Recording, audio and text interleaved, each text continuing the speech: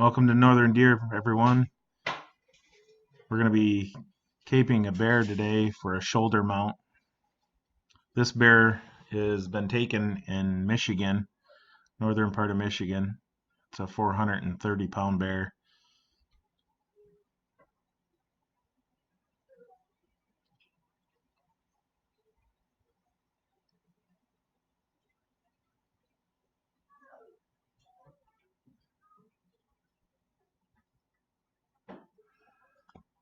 So I'll be showing you the first steps in getting a bear started for a cape mount.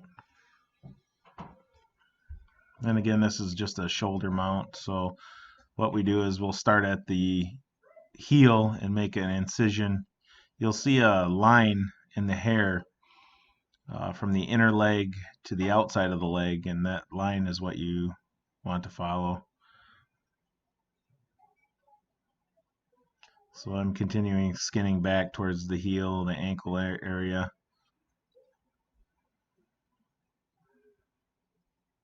You want to skin it down so the hair obviously is always staying on the outside, not on the meat.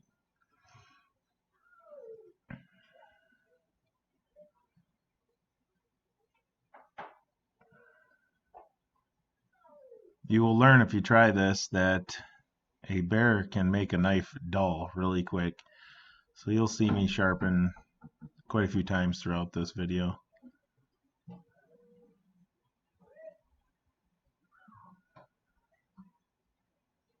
This bear I thought was quite unique. It's got really long hair on the paws, almost like a grizzly. It's kind of a unique bear. I've never really seen one like that with that long a hair. So at this point I'm cutting into the back of the heel there at that tendon, which you'll end up getting the tendon that runs down the back of the pad, and it pops that ankle loose.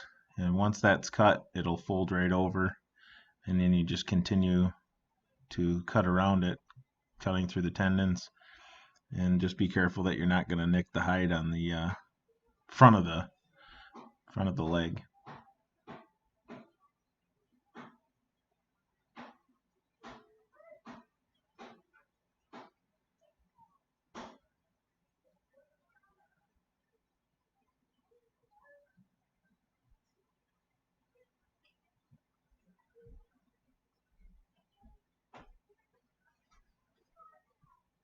Right there you saw me grab a hold of a piece of bird shot.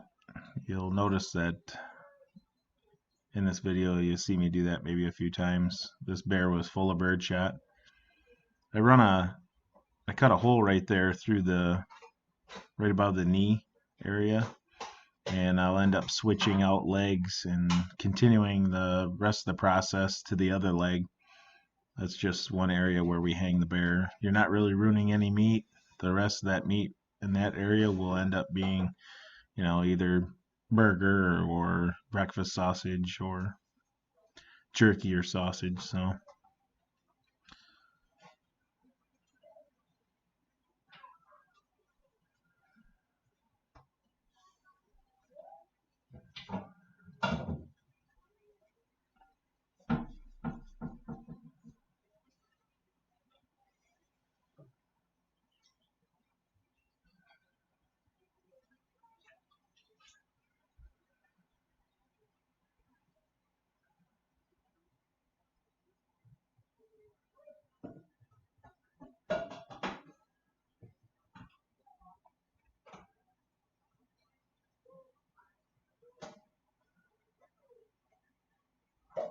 and again, just like I did the other side there, I'm going to continue on this side.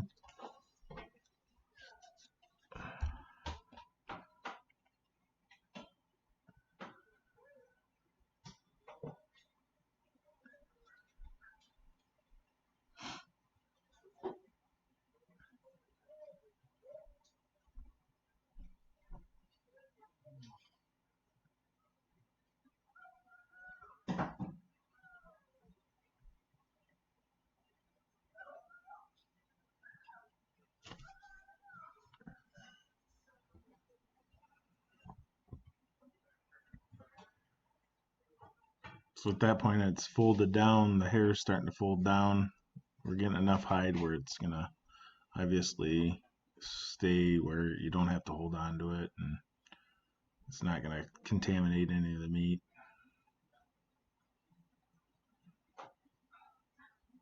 The tail, when you go to cut through the tail, you'll find a joint in there where it pops through, and you'll be able to cut it right with your knife. No snips or saws required.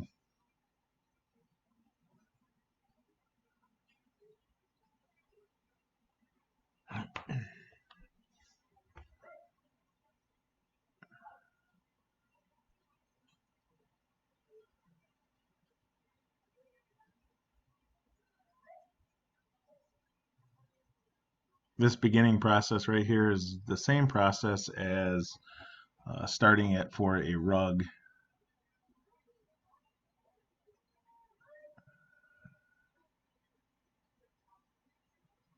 So then we continue to sock it the rest of the way, cutting around the flanks, around the hindquarters, continuing it to wrap it and pull it down. If you didn't notice, it was pretty hot that day. It's been a pretty warm September when we captured this video. Around along the flanks there, you'll notice you'll start low and work your way back up higher to be able to get that flank meat. You continue down around the shoulders here in this area. Once you get to the top of the shoulders, it's almost like a different type of fat in that area, and you'll see where it kind of falls right loose fairly easy. Basically, you just got to keep track of your knife, make sure you're not nicking the hide as you're continuing down.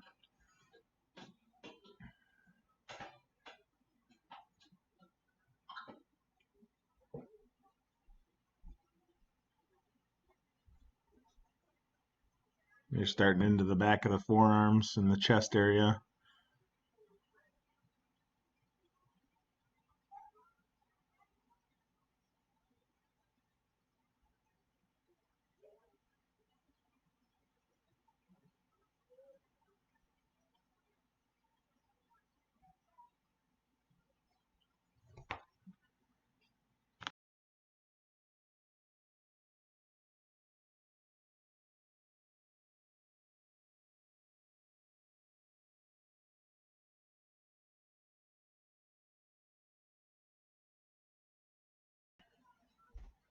At this point, you're cutting near the shoulder and chest area. Just be sure that you're not sticking your knife in a little too far and nicking the hide where you can't really see it. So you just got to go kind of slow and just kind of keep working at it. It'll eventually work its way down. They are extremely greasy, so that's why I have the towel in the one hand. Kind of helps you hold on to the hide a little bit easier.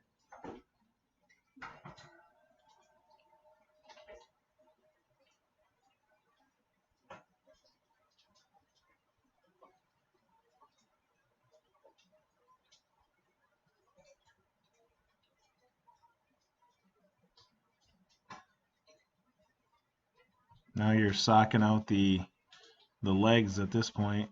You just continue that down.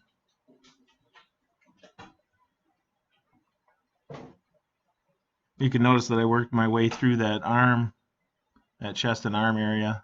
That's when things tend to get a little easier after that.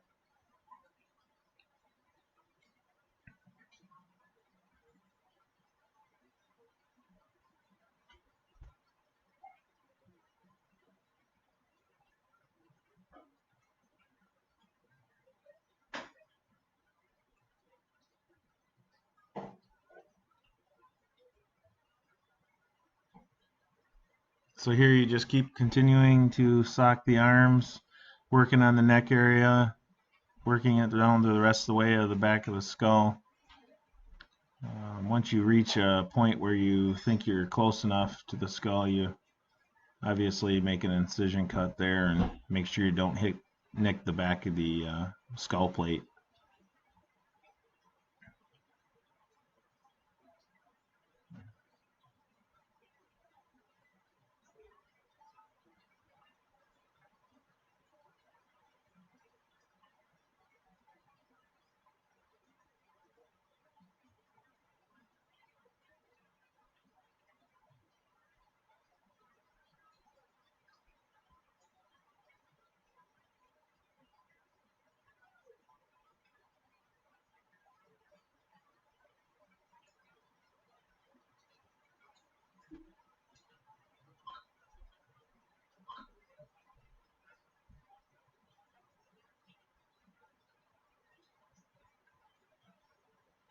You notice that's where the shot placement's at.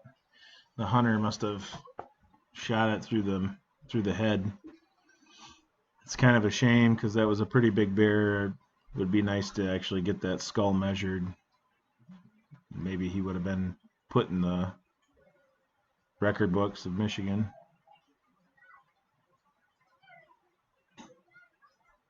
So at this point, we're down to the bottom tendons of the front paws. What you do is you cut through that tendon and it'll eventually come loose on the you'll notice in the one part of the video that when you cut through the tendons, the paws will kind of release their claws, and you'll know that you've got through that tendon enough that where you can either grab a hold of them and snap them off, or you just continue cutting through it. Also in that forearm area, there's a longer bone that comes down into that wrist, and you basically work your knife through that from one side to the next, and it'll eventually pop loose. It's on the inside of the forearm.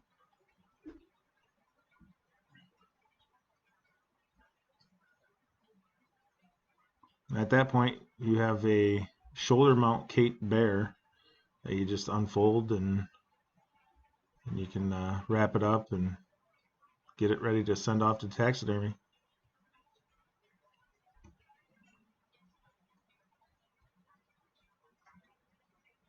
Right here, we're cutting through the pelvic area, the meat, and then we'll end up cutting through the bone and splitting this animal in half to be able to carry into the cooler.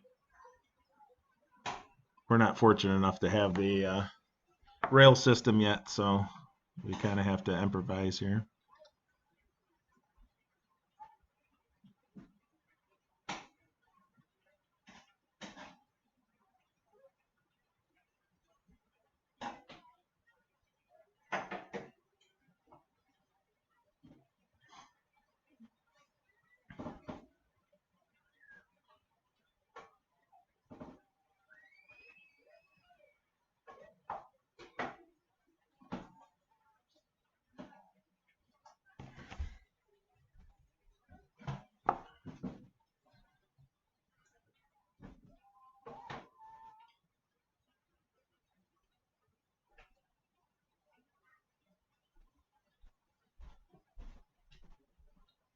That saw is really good at cutting bone, but when you start to get into heavy fat and meat, it just does not want to cut. So you saw me there cutting the backside of that bear.